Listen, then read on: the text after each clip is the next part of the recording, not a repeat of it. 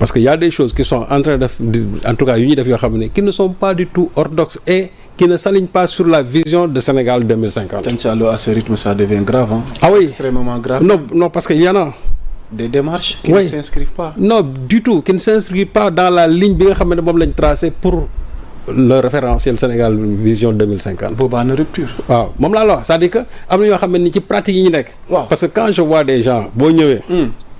di créer ay postes yu dul jeex c'est-à-dire des postes yoo xam ne c'est des postes superflus. pour caser ay proches pour caser ay kii au même moment soo xoolee xale yi ñu ngi yuuxu.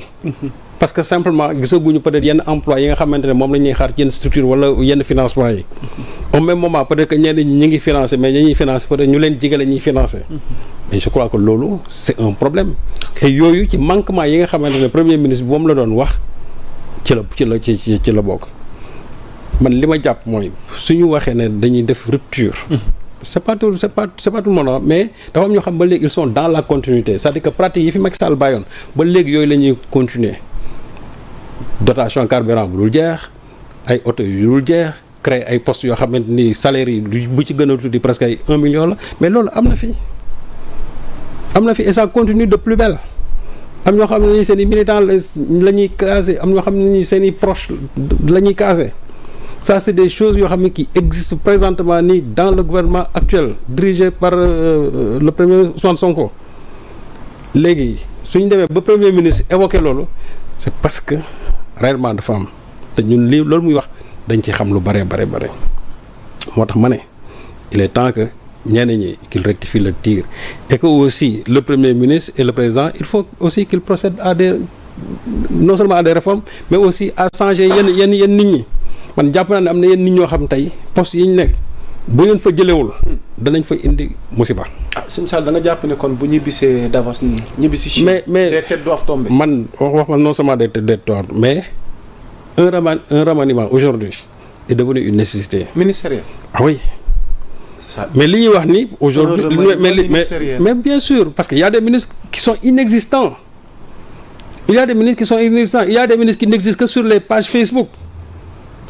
Am na ministres yoo xam ne page Facebook rek nga leen di gis. Ils sont dans les séminaires, ils sont dans les ateliers de formation, dans les ateliers je ne sais pas quoi, ils sont dans les signatures de convention. Yooyu rek nga leen di gis. Et les gens j'ai l'impression qu'ils se satisfont de ça quoi. Que voilà fii ñu génn leen page Facebook et cetera ñuy signer mais alors que sur le terrain rien.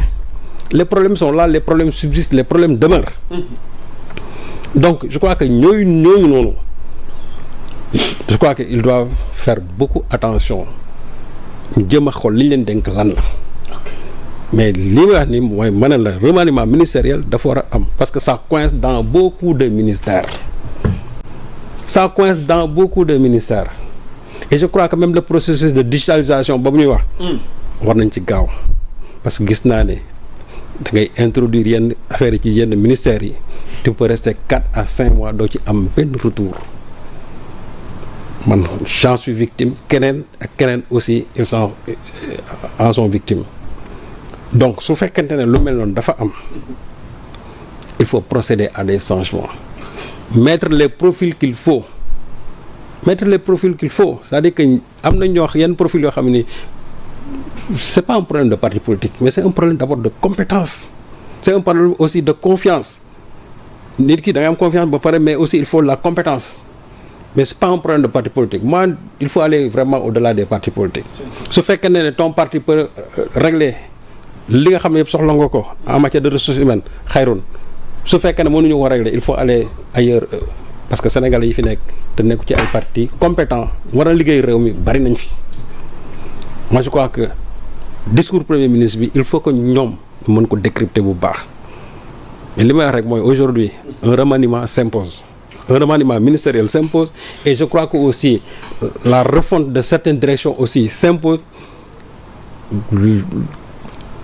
des changements au niveau aussi de certaines structures que ça soit dans les agences dans les directions aussi s'impose parce que ci yenn agences yi ça ne va pas ci yenn directions yi ça ne va pas nit ñi lañ fa nekkee seen bopp lañ fa nekkal on ne voit pas des résultats sur le terrain mais ñoom dans leur confort personnel vous voyez des résultats pour leur confort personnel et li may wax ni ce ne sont pas des paroles en l'air si Yamoussa dinañ ci dikk ce sont pas des paroles en l'air. dinañ ci dikk am na liñ fi waaw junjoon jamono yële. ce ne sont pas des paroles en l'air. ñii toog ci direction yi. te enrichir nañ ko bàyyi.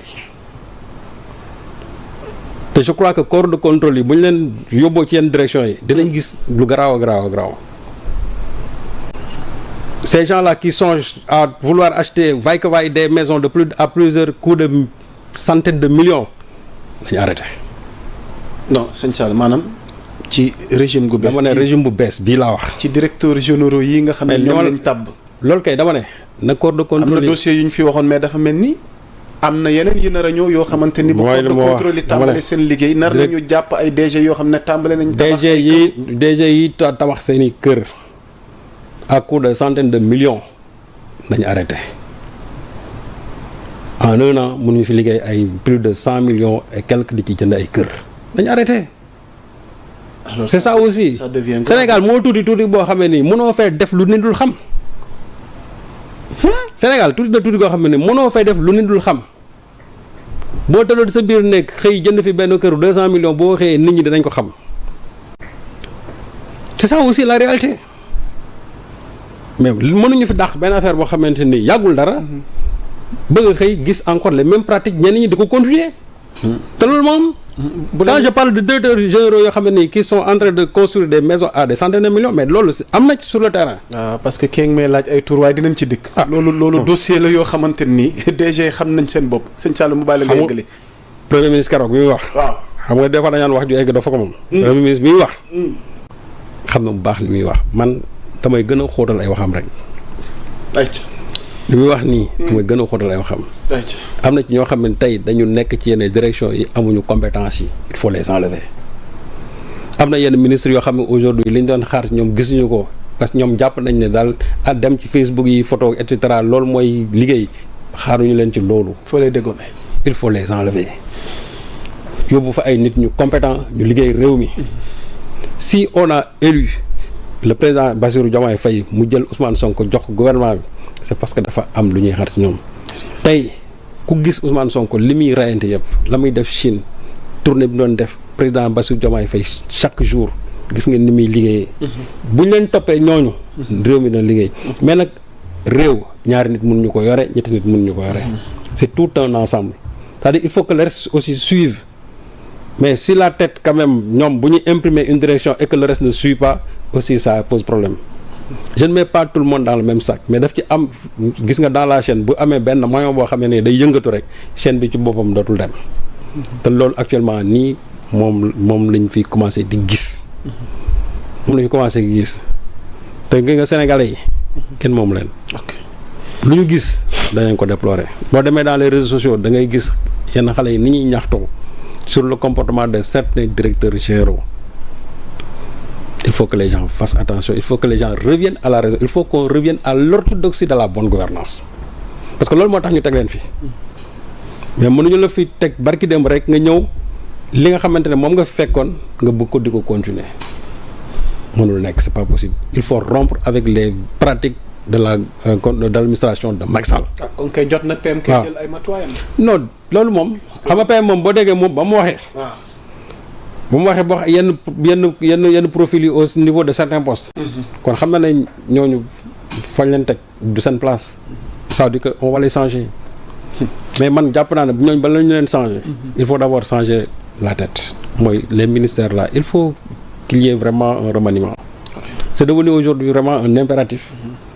parce que yenn ministères yi ça ne marche pas. mais qu'il y ait sanction tamit après. non ku ci def ay njombe bañ jàpp la non loolu tey prix bi nga xamante ni premier ministre wax na ko tey en Chine nee na actuellement ni Sénégal il y a la reddition des comptes ñi nga xam ne ñoo fi nekkoon tey ñu ci bëri ñu ngi leen topp te nee na loolu aussi pour que ça serve de leçon à ñun ñi nga xam ne ñoo nekk fii. jërëjëf waxaat na ko tey te loolu waxoon na ko tey ci forum bi fëddaliwaat na loolu. ok donc ce qui veut dire que ñi nekk fii di def yenn yi. nañu jàpp ne bés bu ñu yóbboo yenn corps de contrôle yi xam nañ ne dinañ am problème. ok wala ñu egg si foofu nañu arrêté. jërëjëf sëñ en tout cas moi c'est le meilleur conseil que je puisse leur donner nañ arrêté. te dafa am phase boo xam ne nii gis nga nit ñi bu ñuy junj. su yëfi ne tekk dafa am ci beneen deuxième phase bu ñuy dem boo xamante nii nommément on va dire que